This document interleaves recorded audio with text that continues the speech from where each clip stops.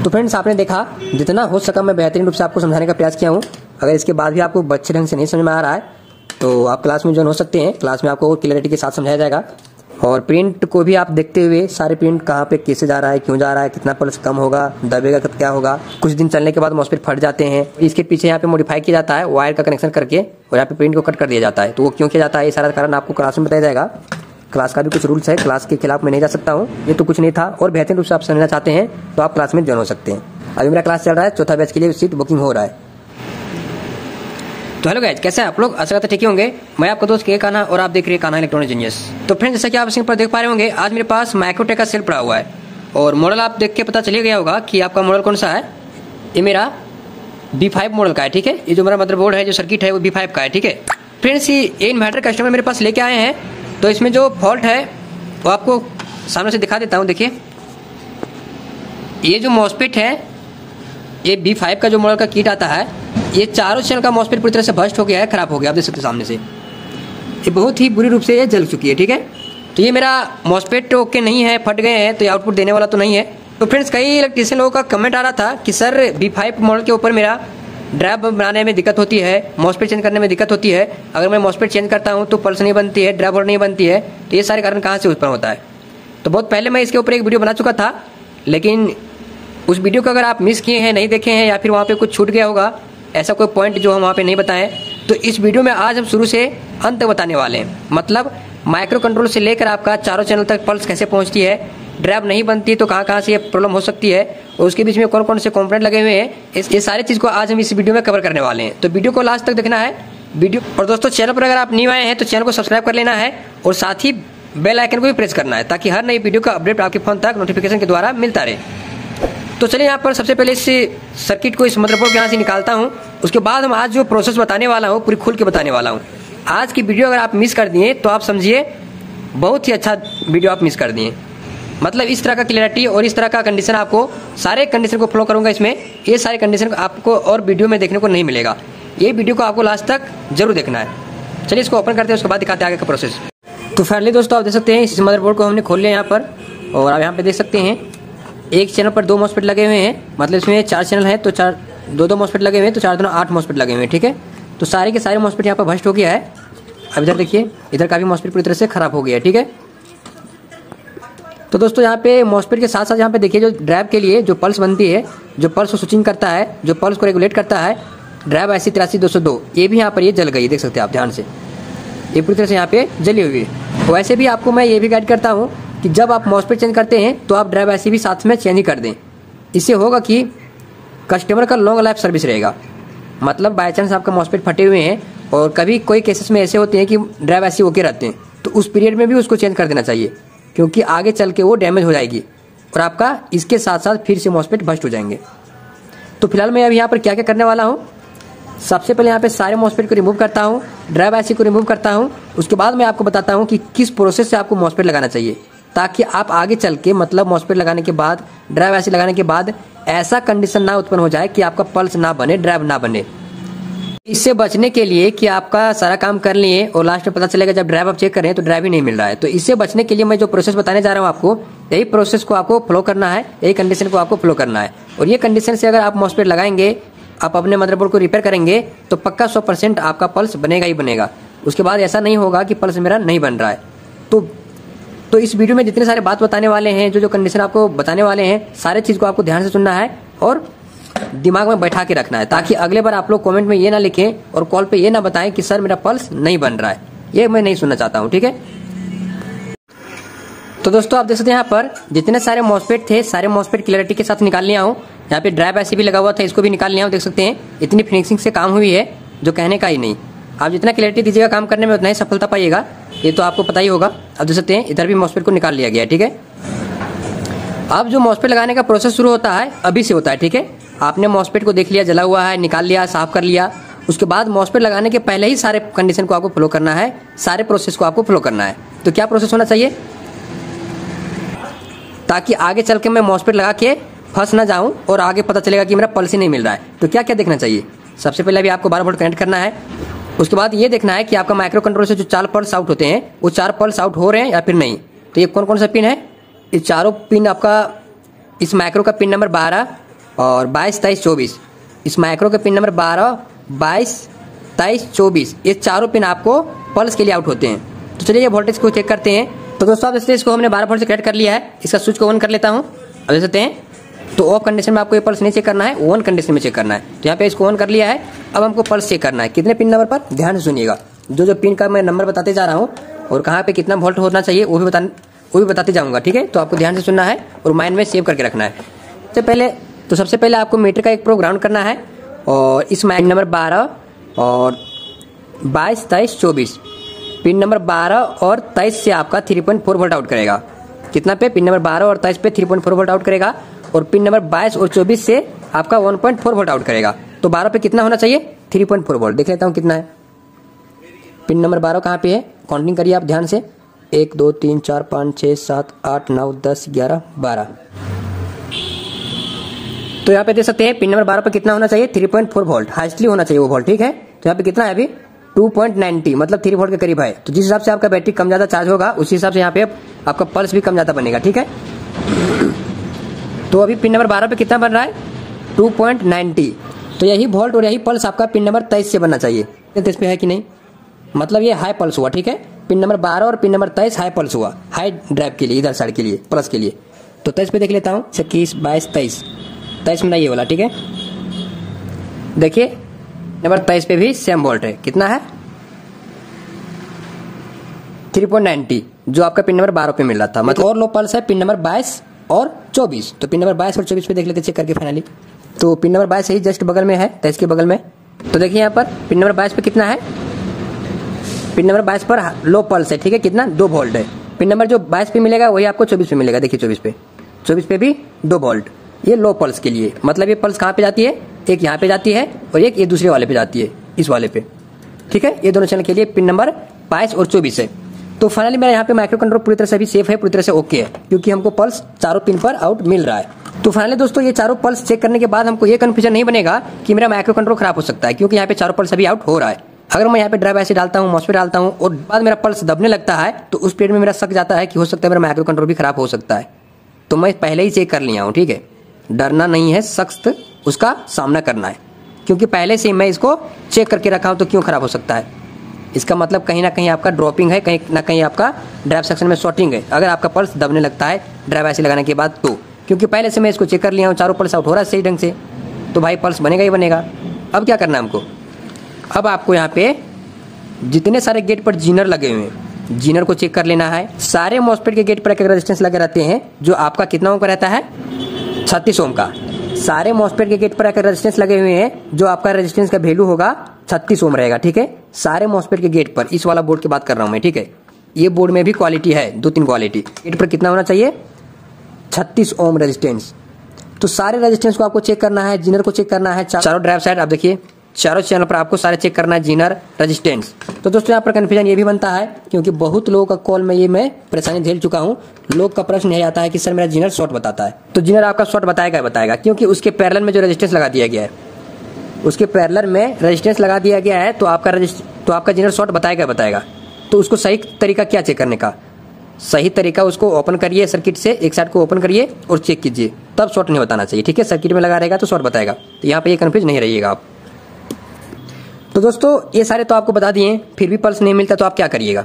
तो इसका भी सोल्यूशन है, इसका भी इलाज है। मैं सबसे पहले यहाँ पे मॉसफेट और यहाँ पे ड्राइव ऐसे इंस्टॉल कर लेता हूँ, उसके बाद दिखाता हूँ कि अगर आपका पल्स नहीं बनेगा तो वो कहाँ से नहीं बनेगा और वो कारण कहाँ से हो सकता है, ठीक है।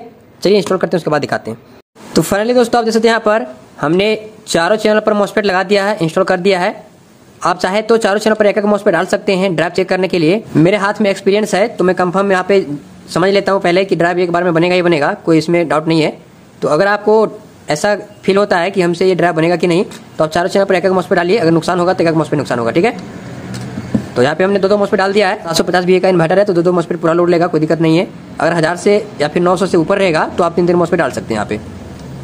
तो दोस्तों मॉसफेट डालने के बाद भी आपको बताएं, यहाँ पे जीनर चेक करना है, रेजिस्टेंस चेक करना है। तो सारे जीनर गेट का और सारे रेजिस्टेंस हमने चेक किया, सारा ठीक है। लेकिन एक मॉसफेट के गेट पर जो रेजिस्टेंस लगा हुआ है वो कटा हुआ है। वो कैसे कटा हुआ है वो हम आपको भी चेक करके दिखाते हैं। ये यहाँ पे 36 ओम का रेजिस्टेंस है, इसका नंबर आपका कोड लिखा हुआ रहेगा आपका रेजिस्टेंस पर 36R0। देखिए यहाँ पर मैं मीटर को ओम के रेंज पर रख लिया हूँ। अब देखिए कितना बताता है मीटर पर, 36.7, मतलब थोड़ा बहुत कम ज़्यादा बताएगा। ये मीटर थोड़ा सस्ता वाला मीटर है इसलिए, तो ये सही है। और एक और रेजिस्टेंस यहाँ पे गेट पर है, सारे मॉस्फेट के गेट पर रहता है, आपको पता ही होगा। देखिए सारा चीज़ सेम है। एक और है, देखिए यहाँ का भी सेम है। और फाइनली इस रेजिस्टेंस भी सही है। अब दूसरा साइड चेक कर लेता हूँ। तो फाइनली दोस्तों इधर साइड का मैं देख लेता हूँ चेक करके। अब देखिए यहाँ पे रेजिस्टेंस लगा हुआ है, जिसका लोकेशन आपको 874 मिल जाएगा। अब देखिए यहाँ पे आप देखिए ध्यान से 41 ओम बता रहा है, जबकि यहाँ पर 36 ओम बताना चाहिए। यहाँ पे कितना बता रहा है? 41 ओम, जबकि यहाँ पे 36 ओम बताना चाहिए। वैसे आपका पल्स वगैरह सब ठीक बन जाएगा, सब चीज़ यहाँ पे अभी ओके हो जाएगा आपका इन्वर्टर। आप कस्टमर को भी दे दीजिएगा, लेकिन ये आप अच्छे इलेक्ट्रीशियन का पहचान नहीं दे पाइएगा। मतलब एक अच्छे इलेक्ट्रीशियन का पहचान देना है तो जो कंडीशन होता है इन्वर्टर का, जो कंडीशन से फ्लो करता है, 36 ओम का दिया है तो 36 ओम का ही रहना चाहिए। हो सकता है आगे पल्स दबे या भी बढ़े, तो उस टाइम एडजस्ट नहीं कर पाएगा मॉस्फेट आपका पल्स को, और खुद बाय खुद वो शॉर्ट हो जाएगा। तो यहाँ पे क्या करना है, इसको रिमूव करके 36 ओम का न्यू डाल देना है। देखिए कितना बता रहा है? 43 बता रहा है, 41 बता रहा है, वेरिएबल भी हो रहा है। तो ये रेजिस्टेंस खराब है। अब आगे देखते हैं, ये भी रेजिस्टेंस यहाँ पे 37 ओम बता रहा है, 1.5 ओम के करीब यहाँ पे ज़्यादा हो गया। वैसे चलेगा ठीक है, लेकिन यहाँ पे चेंज कर दीजिएगा तो चलेगा बढ़िया। देखिए यहाँ पर एक और है, ये भी 37 ओम बता रहा है, ये भी खराब माना जाएगा। और एक और है, देखिए ध्यान से, ये तो बता ही नहीं रहा है, ये पूरी तरह से ओपन हो गया, कट गया है। तो फाइनली यहाँ पे ये चारों मॉस्फेट के गेट पर जो रेजिस्टेंस लगा हुआ है, इसको मैं चेंज कर देता हूँ, ठीक है। एक और यहाँ पे कन्फ्यूजन बनता है दोस्तों, जो यहाँ पे जीनर लगा रहता है गेट पर। देखिए आप बिना निकाले भी चेक कर सकते हैं, जैसे कि अभी आपको पहले बताएं कि आप निकाले बिना नहीं चेक कर सकते हैं, लेकिन अगर आप एक्सपीरियंस दिखाना चाहते हैं अपना, तो ये जिनर को आप बिना निकाले भी चेक कर सकते हैं, बशर्ते आपको नॉलेज होना चाहिए। तो यहाँ पे नॉलेज क्या होना चाहिए, कोई भी बोर्ड हो आपका और कोई भी जिनर यहाँ पे गेट का चेक कर रहे हैं, तो आपका रीडिंग कितना आना चाहिए मीटर पर? जब आपका मीटर पर रीडिंग 7-8 से ज़्यादा आएगा, मतलब 7 से कम से कम 7 आना चाहिए। 7 से एबव आ रहा है आपका रीडिंग, तो आपका जिनर सही माना जाएगा। और कहीं 7 से नीचे 5 आ गया, 4 आ गया, 0 आ गया, तो आपका फुल शॉर्ट बता रहा है, मतलब जिनर शॉर्ट हो गया है। देखिए यहाँ पर क्या बता रहा है। तो मीटर को आपको कंटिन्यूटी रेंज पर रखना है, ठीक है। ऐसा नहीं कि ओम रेंज पर ही सेट करें और आप चेक करें। देखिए रीडिंग देखिए आप ध्यान से कितना आता है, रीडिंग कितना आ रहा है? 7 से एबव आ रहा है, 11 रीडिंग आ रहा है। इसका मतलब मेरे जिनर पूरी तरह से सेफ है, ये कंडीशन ये पूरी तरह से सेफ है, पूरी तरह से ओके है, ठीक है, ये खराब नहीं है।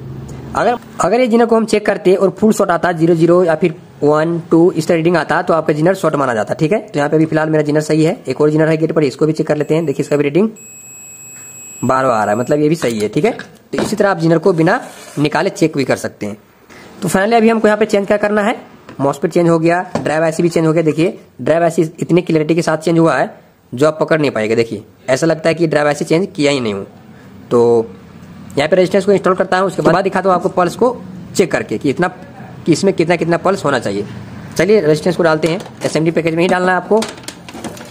अगर आपको एसएमडी पैकेज में रेजिस्टेंस वगैरह, मॉस्फेट वगैरह, या फिर ड्राइव आईसी, या फिर जितने सारे माइक्रो कंट्रोलर हैं, क्वालिटी के साथ चाहिए, क्लैरिटी के साथ चाहिए, अच्छा क्वालिटी का चाहिए, तो आप मुझसे ये कॉम्प्लेट मंगवा सकती हैं, ठीक है। स्क्रीन पर दिया गया व्हाट्सअप नंबर, इससे आपको कमेंट आ रहा था कि सर मेरे यहाँ नहीं उपलब्ध हो पाता है एसएमडी पैकेज में रेजिस्टेंस या फिर माइक्रो कंट्रोलर या फिर ड्राइव आईसी, और मिलती है तो बहुत महंगी मिलती है।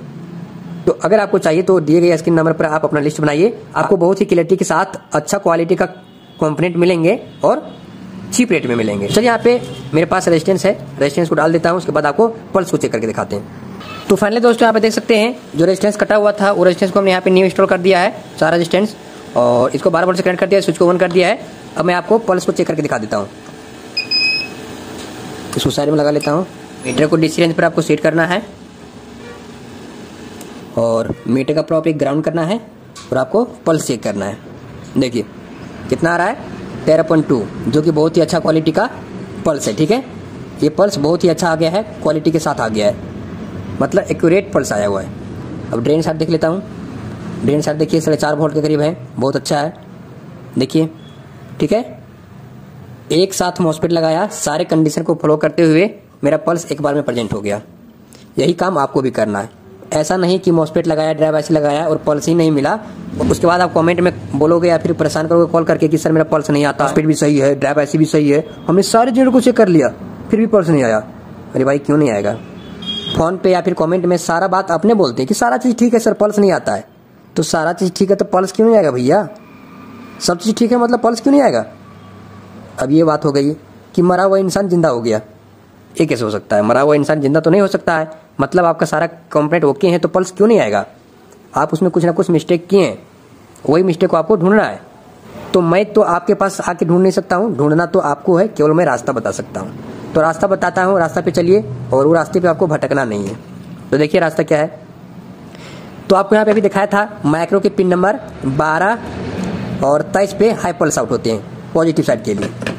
तो देखिए यहाँ पर 12 पे कितना आ रहा है, 12 पे जो पहले आ रहा था 3.90 वो भी आ रहा है, और 23 पे कितना आ रहा है, 23 पे उतना ही आ रहा है 3.90, हाई पल्स हो गया। अब 22 और 24 जो ये दोनों चैनल पर जाता है, इसके लिए 22 और 24 है। तो 22 पे देखते हैं, 22 पे देखिए 2 वोल्ट के करीब है, और 23 पे भी देखिए 2 वोल्ट के करीब है। ठीक है, यहाँ पे पल्स आउट हो रहा है सही ढंग से, कोई दिक्कत नहीं है। तो फ्रेंड्स यहाँ पे पिन नंबर 12 से जो पल्स आउट होता है वो ड्राइव ऐसे के पिन नंबर कितने पे जाता है, ये चीज़ आपको ध्यान से सुनना और देखना है। ठीक है, वीडियो थोड़ी लंबी होगी, आपको ध्यान से देखना है। तो फ्रेंड्स अगर मैं आपको यहाँ पर रेजिस्टेंस दिखाते चलूंगा तो बहुत काफ़ी लंबा वीडियो हो जाएगा। मैं आपको इसके बीच बीच में, मतलब ड्राइव ऐसी और माइक्रो के बीच में कौन कौन सा रेजिस्टेंस लगा हुआ है उसका लोकेशन बता देता हूँ कितने कितने पिन पे। ठीक है, तो आपको बताया पिन नंबर 12 और ड्राइव ऐसी के पिन नंबर 2 तक उसके बीच में रेजिस्टेंस जो लगा हुआ है R46 लगा हुआ है, और एक रेजिस्टेंस R47 से कनेक्ट है। ठीक है, अब एक पिन नंबर 23 है, हाई पल्स 12 हो गया, हाई पल्स एक पिन नंबर 23 से जो आउट होता है वोल्ट वो सीधा जाता है R40 पर। R40 से आउट होकर एक रेजिस्टेंस R41 से ग्राउंड होकर R40 से होते हुए आपका पिन नंबर 7 पे जाता है इस ड्राइव ऐसी के। मतलब इस माइक्रो के पिन नंबर 23 इस ड्राइव ऐसी के पिन नंबर 7 पे जाती है। कितना पे जाती है? 7 पे जाती है। ठीक है, तो 22 से जो मेरा वोल्ट आउट होता है वो एक रेजिस्टेंस जो आपका R43 है, R43 से होकर R44 से ग्राउंड होकर 3 पे जाती है। ठीक है, और एक और होता है 24 से आउट होता है पल्स जो R39 से जाता है, 38 से ग्राउंड होकर R39 से होते हुए आपका इस ड्राइव ऐसी के पिन नंबर 4 पे पहुंचती है। ठीक है, इसका इनपुट कौन कौन हो गया, इसका इनपुट कौन कौन सा हो गया, पिन नंबर 2 3 4 7। आउटपुट कौन सा हो गया, अब इसका आउटपुट भी तो है, इसका आउटपुट आपका आउटपुट पिन नंबर 10 और 16 हाई पल्स के लिए, इधर के लिए पॉजिटिव साइड के लिए, और पिन नंबर 13 और 14 लो पल्स के लिए। ठीक है, तो आउटपुट कौन सा हो गया, 10 और 16 13 और 14। ठीक है, तो फ्रेंड्स आपने देखा, जितना हो सका मैं बेहतरीन रूप से आपको समझाने का प्रयास किया हूँ। अगर इसके बाद भी आपको अच्छे ढंग से नहीं समझ में आ रहा है तो आप क्लास में ज्वाइन हो सकते हैं, क्लास में आपको और क्लियरिटी के साथ समझाया जाएगा। और प्रिंट को भी आप देखते हुए सारे प्रिंट कहाँ पे कैसे जा रहा है, क्यों जा रहा है, कितना पल्स कम होगा, दबेगा तो क्या होगा, वो पल्स दब जाएगा तो क्या हो जाएगा, और कुछ दिन चलने के बाद मॉसफेट फट जाते हैं, इसके पीछे यहाँ पे मॉडिफाई किया जाता है वायर का कनेक्शन करके, और यहाँ पे प्रिंट को कट कर दिया जाता है। तो वो क्यों किया जाता है, ये सारा कारण आपको क्लास में बताया जाएगा। क्लास का भी कुछ रूल्स है, क्लास के खिलाफ मैं नहीं जा सकता हूँ, ये तो कुछ नहीं था। और बेहतरीन रूप से आप समझना चाहते हैं तो आप क्लास में ज्वाइन हो सकते हैं। ठीक है, अभी मेरा क्लास चल रहा है, चौथा बैच के लिए सीट बुकिंग हो रहा है।